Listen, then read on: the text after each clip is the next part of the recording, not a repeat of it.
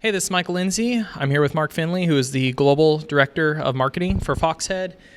Big one for you guys. Fox V3 helmet has been kind of a mainstay for you guys in your lineup for quite a few years now. We've got a new generation one. The prior V3 kind of went through some changes over the years, but it was more additions of new technology that came out. Now that we've kind of been in the realm of rotational energy management for a few years, you guys have developed an all-new helmet with technologies built around it from the ground up, or what was it MX said? From the neck up. From the neck up. Yeah, Fro had to correct me on that, which I thought was pretty funny. You had to correct him on the fluid inside. Yeah, that was awesome. So anyways, like I was saying though, some guys may have seen something similar. So it's kind of actually another thing that's kind of cool to touch on is you guys have a pro downhill mountain bike helmet that came out that's very similar in look, but as I learned talking to the R&D team, there's actually a ton of difference between the two. And for the guys that want all the nitty and gritty, hit the link below. I did a second video with the doctor behind Fluid Inside and the main senior engineer for this project. It's way longer than this one, but if you want to learn a lot, it's in there. But we'll go over it. Let's start from this first basic standpoint of FI, Fluid Inside. What is it? Yeah, Fluid Inside is our new rotational management system. We partnered with an outside laboratory to come up with basically what we felt is a great solution for rotational management. What it is it Fluid Inside really mimics the body's natural protection system for the brain, which is cerebral spinal fluid. It's literally the layer of fluid between the brain and the skull. And it's giving a bit of cushion between the skull and the brain and allows for rotation, obviously, inside the human body. What the guys at the Neurotrauma Impact Science Laboratory did is they took that idea and they brought it to life with individual pods. So the pods that you'll see inside the V3 helmet, the Fluid Inside pods, literally have a fluid inside them. In addition to that, there's also a foam material inside. So not only are we getting rotational management, but we're also getting linear management out of the Fluid Inside system. You'll find 7 individual pods inside the V3 helmet that are giving us our new internal rotational management system. And talking to the doctor behind it, what's kind of unique about it is, and I love seeing it personally, just from a product standpoint, is everybody being so aggressive in this area now that we're starting to wrap our heads around what rotational energy is and how it's actually a higher cause or, creator of concussions than linear impacts are. Everybody's starting to push, not in different direction, everybody's going for the same end goal to protect us, but it's just awesome for the consumer that everybody is basically creating a little bit of a technology war here. So it's great for all of us that people are created. The war has been created because I feel like in the end, for general consumers and guys like us that ride, we're only going to get helmets that are managing rotational energies better. Yeah.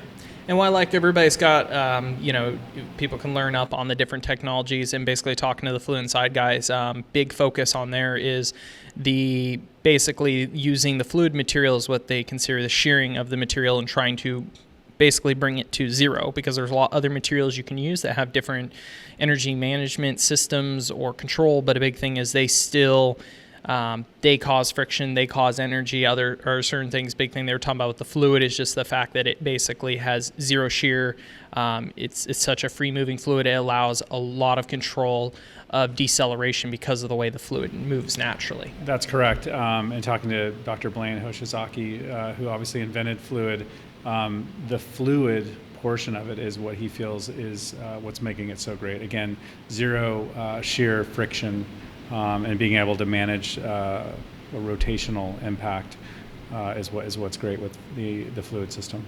And for you guys, it's not only a one-trick pony per se. That's not the only thing you guys have going on. Your previous V3, you guys had a MIP system in it, but like I said, it was a carried over helmet that you put in. This helmet has not only been designed with Fluid Inside in mind, also something that we're seeing pop up in a few helmets that you guys have also taken on is for lack of a better term, a lot of people know it as Conehead Technology. What's the exact term? Yeah, ours is Verizorb. Yep. Very similar to what you're seeing in Conehead, and it's just a great way to manage impacts, multiple energies of impacts, and spreading that energy over a wider range of area. So it's a dual density Conehead technology, or we're calling it Verizorb, and a soft and a hard material that, again, are helping us spread the energy of an impact over a wider area inside the helmet. Yeah. And you got to think about the EPS in a helmet is very similar to a crumple zone in a car. You want that to crush upon impact, and you want it to disperse as much energy over a wide area as possible.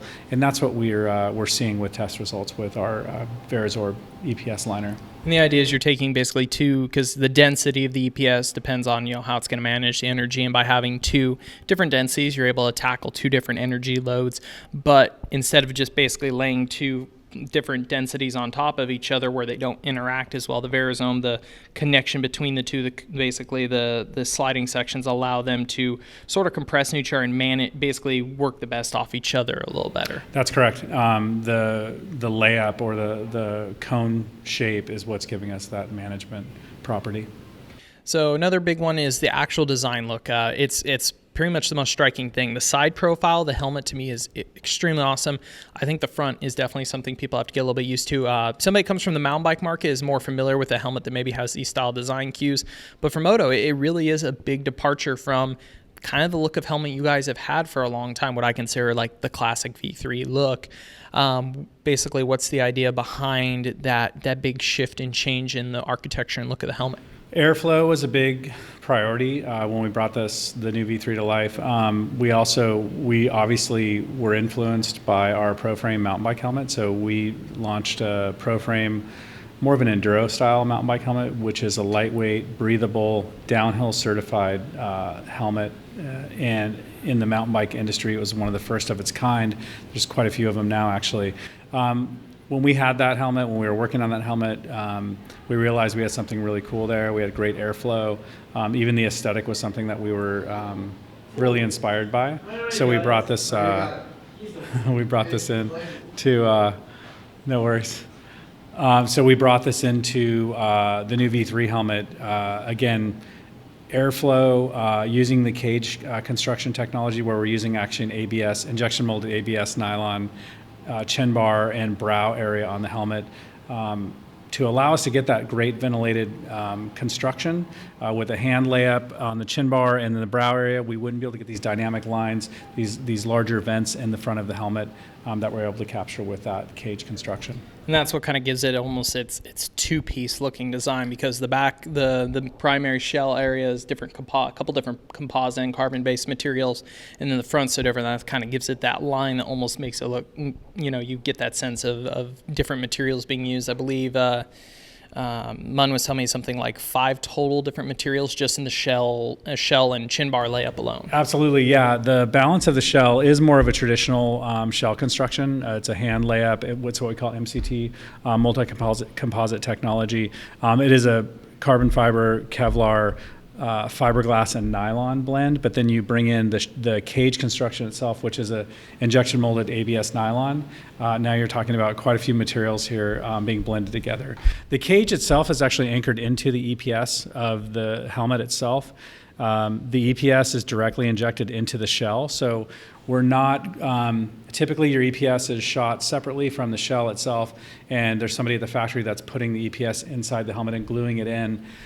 Some of the challenges you have there is you do have some gapping between the EPS and the actual shell itself. We liked the idea of the direct inject EPS into the shell. It allowed us to have no gaps between the EPS and the shell itself, but it also allowed us to create a pretty low profile shell construction, overall silhouette, I should say.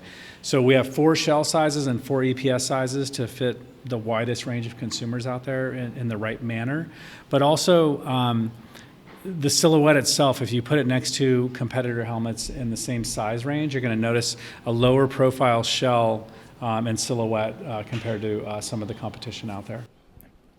So there, standout one, like I said, your prior V3 it had quite a lifespan for a product, because you guys were just kind of updating along the way, and the final major update that came to was the MVRS magnetic visor release system. And I love the concept, because everybody's crashed face first and pretty much had their visor act as a shovel at least once and yank you back. So the idea of, for a while people were using breakaway screws, but the magnetic visor system did have a very nice simplicity and breakaway.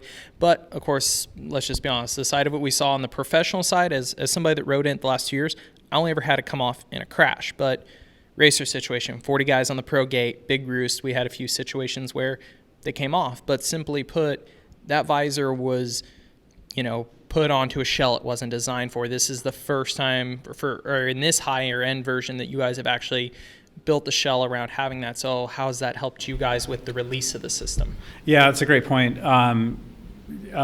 Yeah, to be completely honest, of course we've had challenges at a pro level with the current MVRS system.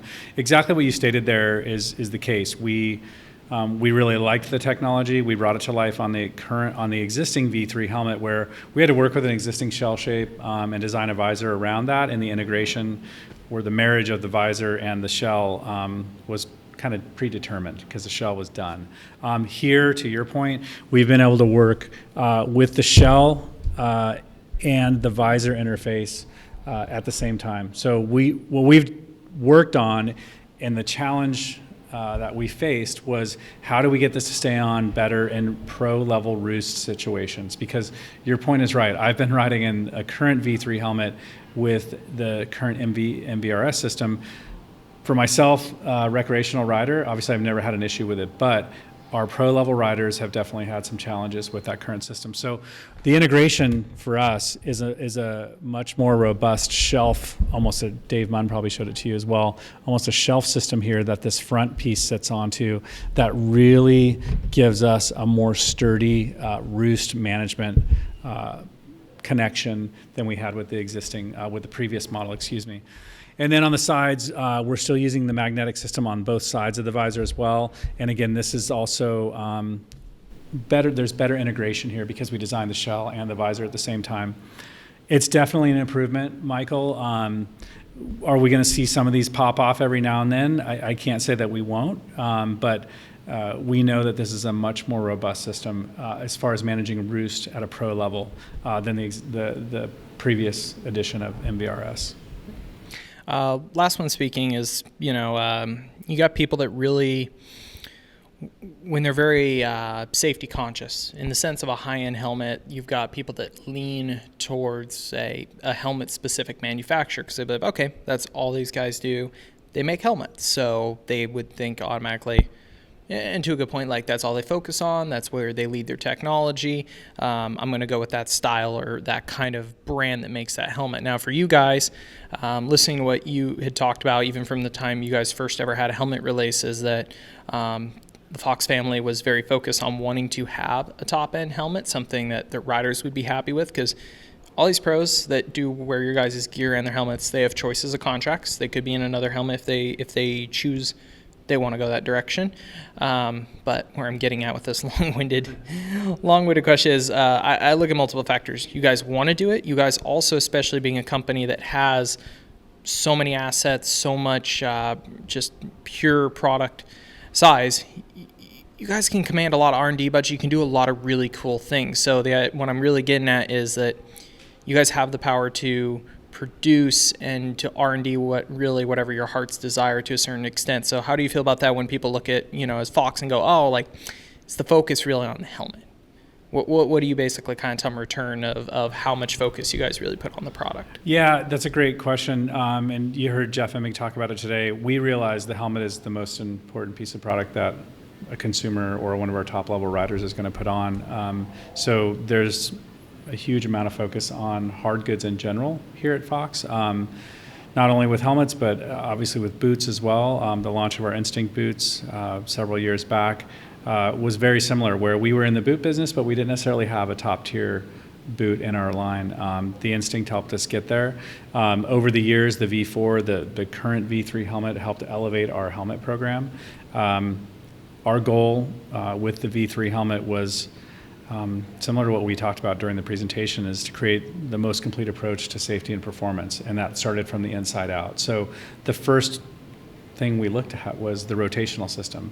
We obviously had another brand of rotational management inside our helmets. We felt like there might be another option out there to maybe improve rotational management, and looking at the testing and retrofitting it into the old V3 helmet and having the guys race in it last year and do testing around it, we realized fluid was a great solution. Not only the fluid system, but obviously the cage technology, the Verizorb EPS. It's a high priority for us, for our pro level riders, for our end consumers. We want to be building what we feel is the best approach when it comes to safety in helmets. So we have the resources. We have the dedicated staff here to work on it. And just like you mentioned, we think about it a lot where there's brands that are specifically working on these hard goods, boots and helmets in particular. We all know who they are, and we applaud all of those guys for trying to make better, safer products for end consumers. It's in our best interest for all of us to do that, to keep people on motorcycles, keep people safe. We have a dedicated staff working on this helmet. The guy that Dave Munn, who helped us engineer this helmet, that's his job here. He doesn't work on racewear, doesn't work on gloves. He specifically works on helmets. So the team here, upper management, have really given us the green light to do hard goods right, and that's where we're headed and what we're really focused on. Last one for you. Price. Top end helmets, they are, and I have, people have a different view on this. I have no problem spending $600 on saving my head, $700 they've gone up there. You guys have packed a lot of technology into it, but it's up there, but it's very competitive, very, very compelling for somebody to look at. What do we got? The 500. Yeah, so we're at $499 for the black, or this is actually called carbon. Carbon black is this colorway here. This black one that you see here is actually a unique finish on the MCT shell itself. It's a raw finish. Each one is going to have a unique finish to it, and then we'll have the matte white as well. It's actually a matte gloss combo on the white. Those basic, what I would call non-graphic versions, are going to be $499, and you'll see price points of $519 and $529 as you get into some of the more complicated graphics. Right now in spring, as we launch, we're actually launching tomorrow, so May 2nd, you'll have the black colorway, this matte carbon, or carbon black, I should say. You'll have the white colorway, and then you'll have a zebra helmet launching on Friday around Vegas. So you'll see the zebra helmet on some of the Geico guys at Vegas, which will be a little higher price point, but again, that's just with that added graphic. But yeah, we wanted to bring a lot of technology to market. We wanted to make it where the general racer can get into this helmet and not get that price point up at some of those higher zones what we're seeing the other brands. Thanks, sir. Yep, no worries.